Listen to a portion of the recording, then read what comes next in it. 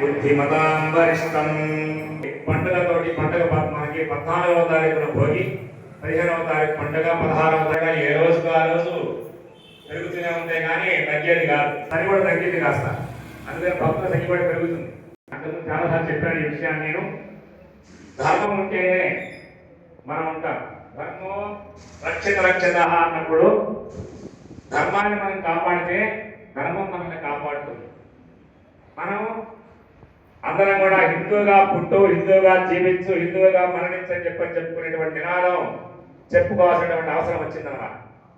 స్వాతంత్రం వచ్చిన తర్వాత మనకు వచ్చినటువంటి ఇబ్బందులన్నీ కూడా ముఖ్యంగా చదువు.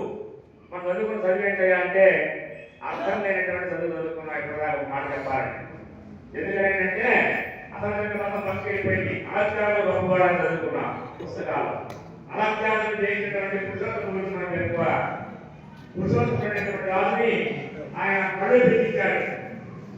ఆ సమయంలో ఒక ఆయన ఏం చేశారంటే శబ్దభేది అనేటువంటి విద్యానికి బాగా వచ్చు. శబ్దభేది అంటే ఏ పక్క గంట కొడితే ఆ పక్కకు బాణం చాలా వేగంగా వేయగలడు.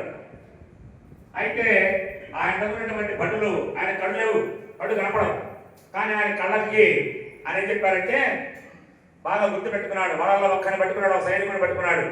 అరే నువ్వు గంట కొట్టేటప్పుడు చక్రవర్తి అక్కడ కూర్చున్నాడు, కొట్టమని గంటని. చక్రవర్తి సింహాసనం అక్కడ కొట్టరా గంటని చెప్పాడు. సరేనని ఆ పక్క కొట్టాడు, ఈ పక్క కొట్టాడు. కరెక్ట్ కాదని కుట్టుకొని కొట్టినా ఒక మానవుడిని అటువంటి గొప్ప విద్యా విద్యాటువంటి వాళ్ళు ఎంతో మంది జ్ఞానం అడిగారు. కూడా కొత్తగా 5 నిమిషాలు పెట్టారు. అందరం చూసాం.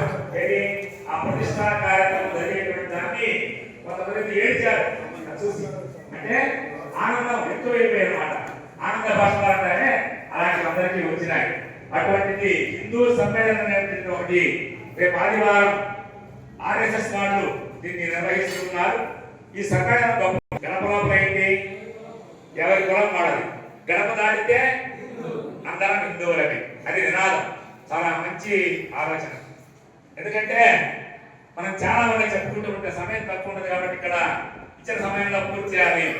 ఇక్కడ జరిగేటువంటి విషయం గురించి రాష్ట్రీయ స్వయం సేవక సంఘం గారు అలానే హెడ్గేవార్ అనేటువంటి ఆయన ఇస్తారన్నమాట.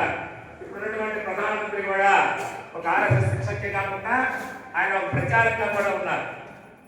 మనకి రేపు ఉపన్యాసం చెప్పేటువంటి వాళ్ళందరూ కూడా దాదాపుగా ప్రచారం కంటే ఎవరైతే ఆ ఊళ్ళో భోజనం చేస్తారు, అక్కడే పడుకుంటారు. వాళ్ళకు పేరున్నా లేకపోయినా వాళ్ళు దేశం కోసం పాటుగా ఉన్నారు. మీరందరూ కూడా రేపు తప్పకుండా ఆదివారం రోజున ఉదయం 10 గంటల నుండి ఈ కార్యక్రమం ప్రారంభమవుతుంది. మీరందరూ కూడా ముఖ్య అతిథిగా అందులో శ్రీ వారు ఇచ్చేస్తున్నారు. వారి యొక్క అనుగ్రహ భాషణ కూడా ఉంటుంది. పాల్గొని